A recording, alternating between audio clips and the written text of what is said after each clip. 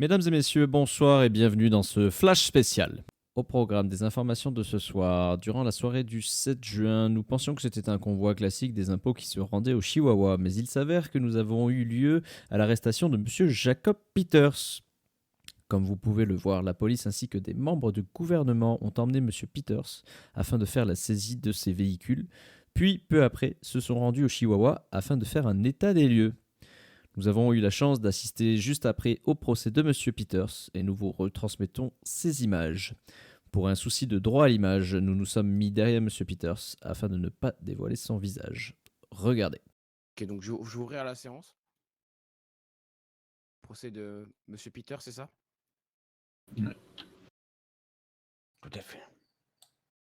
Vous voulez commencer par les questions, Monsieur Boursoufa? Eh ben écoutez, on peut commencer par là si vous souhaitez. Bah allez-y, allez-y. Je vous remercie.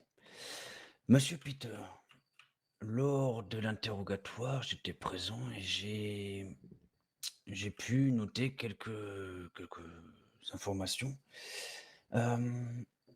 Vous aviez du mal à trouver, oui, à trouver les primes que vous vous êtes versées ainsi que vos salaires.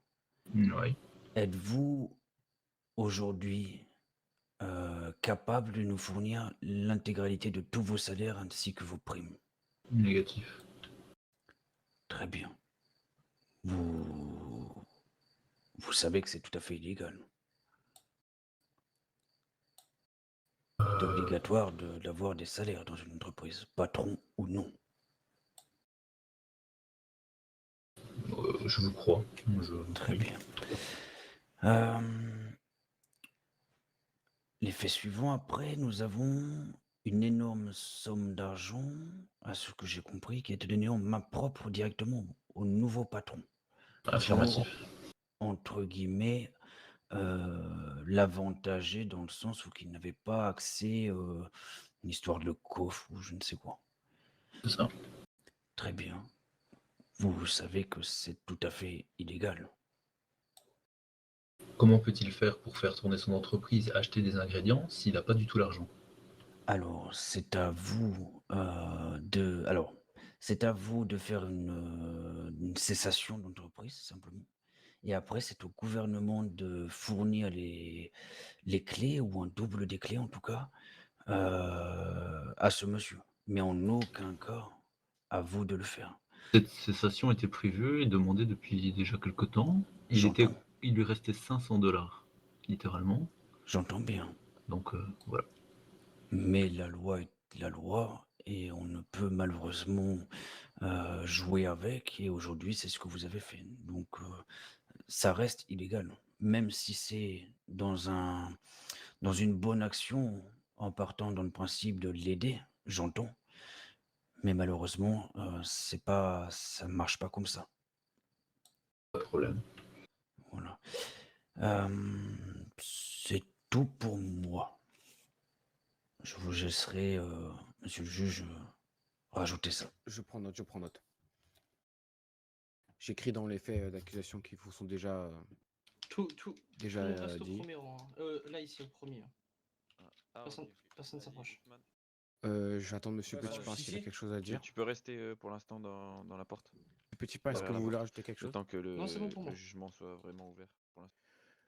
Je vais vous maintenant vous dire les faits qui vous sont reprochés. Fraude fiscale, escroquerie. Donc selon l'article 300. Usage et usage de faux également. Ok, je rajoute ça. Usage de fonds. Selon les dispositions de l'article 313-1 du Code pénal, l'escroquerie est le fait soit par l'usage d'un fonds de nom ou d'une fausse qualité, soit par l'abus d'une qualité vraie, soit par l'emploi de manœuvres frauduleuses, de tromper une personne physique ou morale et de déterminer ainsi à son préjudice d'un tiers, remettre des fonds d'une valeur ou d'une bien quelconque, ou à fournir un service ou à conserver un acte opérant obligation ou dérage. Décharge. Pardon, excusez-moi. Pas de Je problème. pas mes lunettes. Cette, sanction, l'escroquerie est punissable de 6 mois de prison, ainsi qu'une amende de 300 000 $. Donc après, alors il y a quoi? Fraude fiscale. Donc appelle-t-on la fraude fiscale? Vous commettez une fraude fiscale si vous utilisez délibérément certains procédés pour échapper ou tenter d'échapper Le à l'impôt. C'est le cas. Et si vous en décidez de ne pas déclarer dans les délais, cacher des biens ou revenus soumis à l'impôt, vous rendre insolvable, pardon. Les sanctions fiscales. Vous risquez des sanctions fiscales si vous dissimulez des revenus ou biens imposables, ce qui est le cas. Vous risquez une majoration si votre déclaration est volontairement incomplète, ce qui est le cas. Donc cela s'ajoutera aux faits qui ont déjà été cités. Donc, 80% en cas de manœuvre frauduleuse, tactique visant à tromper l'administration fiscale, ce qui est le cas. Des intérêts de retard peuvent par ailleurs vous être appliqués à hauteur de 0,20% par mois de retard. Ça ne sera pas le cas, étant donné qu'il y a eu de la fraude.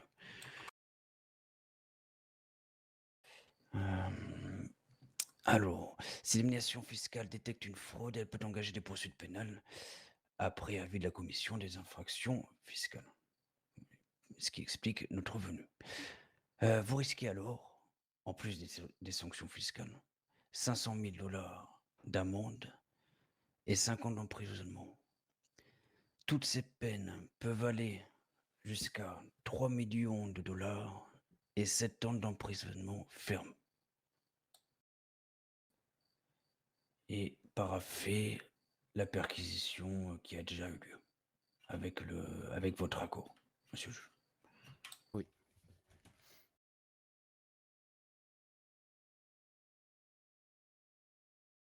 Est-ce que monsieur Peters a quelque chose à rajouter, une question ou autre? Non, je pense que tout a bien été dit. D'après ce que j'ai compris, là, de toute façon, tout est bien ficelé de la part de messieurs, donc j'ai même pas forcément envie de me défendre. Ça veut dire quoi, monsieur ficelé, pour vous? C'est-à-dire que pour moi, tout est déjà bon. Ils ont dit tout ce qu'ils avaient à dire. Voilà, les amendes seront telles, et puis voilà. Que voulez-vous que je vous dise? Nous allons Certains. donc procéder à la délibération de la séance. La séance est mise en pause. Nous souhaitons revenir sur les factures qu'on a pu trouver qui étaient dans la devise de l'euro. Ouais. Pouvez-vous nous expliquer un peu plus pourquoi cette devise-là? Avez-vous des comptes à l'étranger? Avez-vous essayé quelque chose? Sachez que nous n'avons pas décidé des sanctions et que les aveux peuvent jouer en votre faveur. Oui, bien sûr. Comme j'ai toujours été, depuis le début de l'interrogatoire, ouvert aux aveux sans aucun souci, c'est simplement une erreur d'inattention. J'ai appris à calculer dans mon enfance en euros, et des fois j'ai encore un peu du mal de faire le transfert entre euros et dollars, simplement. Très bien. Nous parlons quand même d'une gestion d'entreprise, on ne parle pas de souvenirs d'enfance. On est bien d'accord sur l'emploi. J'ai utilisé le dollar sans aucun souci, mais dans les factures, je me suis trompé de devise lors de l'écriture. Très bien. Une autre question nous est venue. Quelle est votre relation avec monsieur Ben Kalga?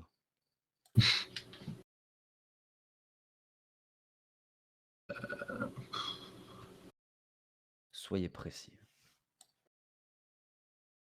Avant, j'aurais dit ami. Avant. Aujourd'hui, je dirais dans mon cœur toujours ami, dans ma tête autre chose, on va dire. Voilà. Vous n'avez pas plus qui pourrait, en tout cas, nous intéresser, parce qu'actuellement... Je pense que certaines choses méritent de rester dans l'ordre du privé, même si j'en veux beaucoup à Benito, il saura pourquoi. Je me vois mal déballer au milieu d'une cour de justice pourquoi je lui en veux très exactement.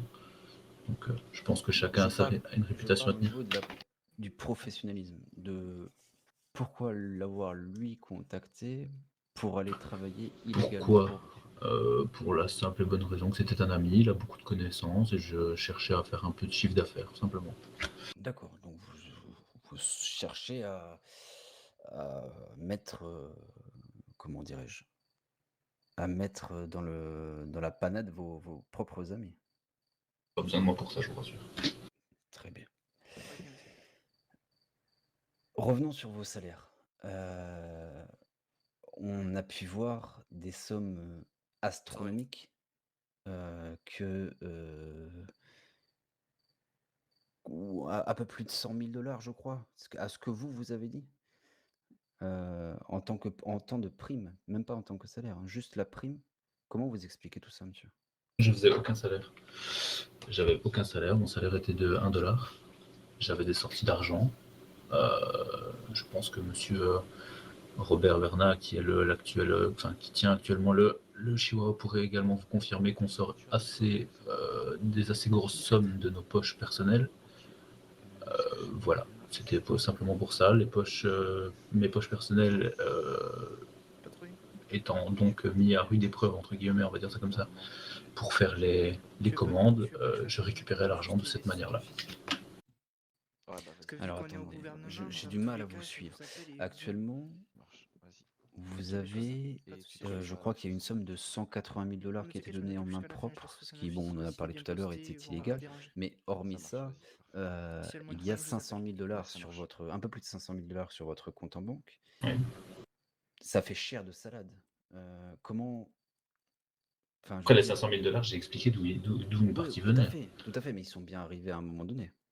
On est d'accord. Et vous me dites que ça coûte très cher et que ça a été compliqué pour vous. Non, j'ai pas dit que c'était compliqué, je dis juste que l'argent que j'investissais dans ma société en sortant de ma poche pour faire les cuissons et les menus, etc., je le récupérais après. Parce que c'est de l'argent privé, c'était pas de l'argent qui appartenait à l'entreprise que j'utilisais pour ça. Très bien. Et avez-vous comme preuve tous ces documents-là qui prouvent que vous avez donné cet argent-là à la société pour ensuite vous le reverser, ce qui est légitime?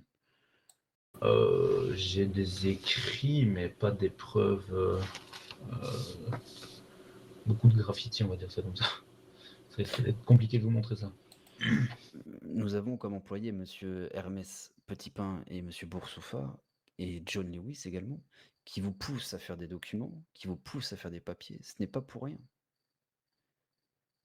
Le job de gestion d'entreprise est un job à part entière. Ça demande énormément de travail et ça, on l'entend tout à fait. Et aujourd'hui, dans la position où vous êtes, vous comprendrez bien que ça va être très, très compliqué, hein. Si vous n'avez aucun papier justificatif officiel à nous fournir, ça va être très compliqué. Bon, et par rapport à votre compte en banque, pouvez-vous m'expliquer la somme qui est quand même assez conséquente?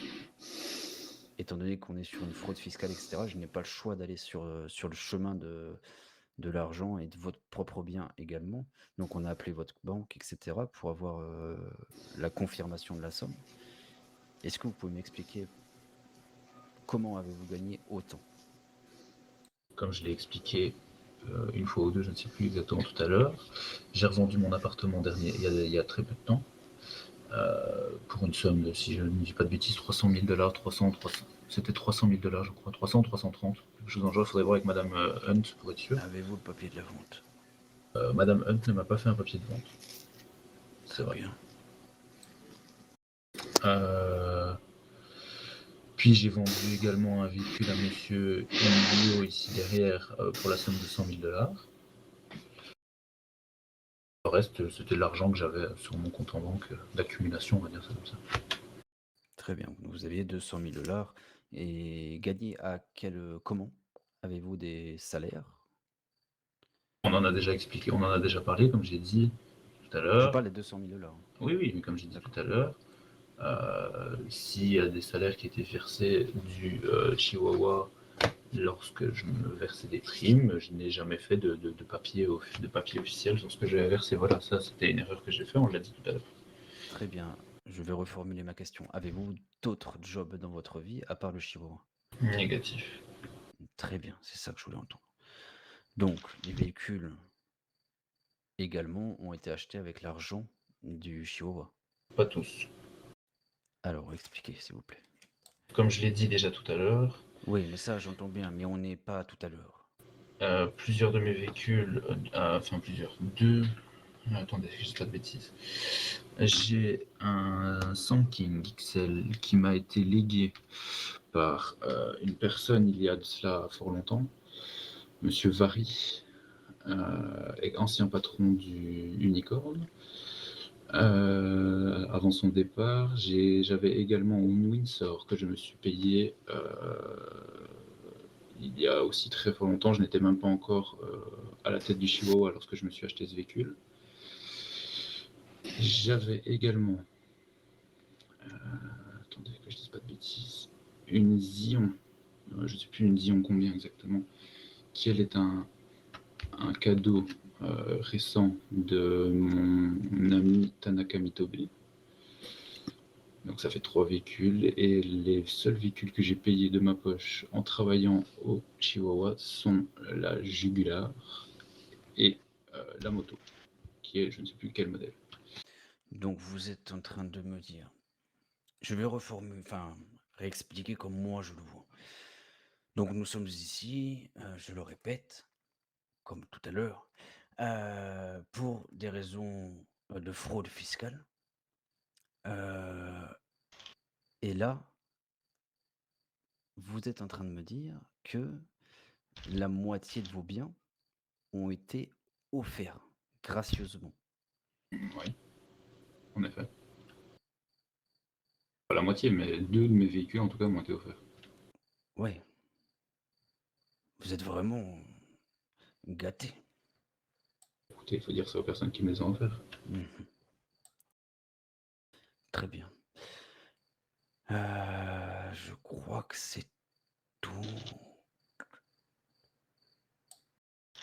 Les 188 $ ont été, on est d'accord, les 180 000 $ ont été, par rapport au Chihuahua, offerts, donnés au nouveau patron, mais on est d'accord qu'ils appartenaient entièrement au Chihuahua. Oui, non, ça a été pris dans le coffre et il lui a été donné directement. Je veux dire, j'ai pas gardé d'argent là-dessus. D'accord. Et tout ça a été fait par facture? De quoi? Tout l'argent qu'il y avait dans le coffre, vous voulez dire? Oui. Oui, tout était par facture. Très bien. Ok. Je reviendrai sur une chose que j'ai notée tout à l'heure, vis-à-vis du fait d'avoir payé monsieur Calgar. Vous disiez que dans tous les cas, vous aviez refait une facture pour re-rentrer l'argent dans l'entreprise.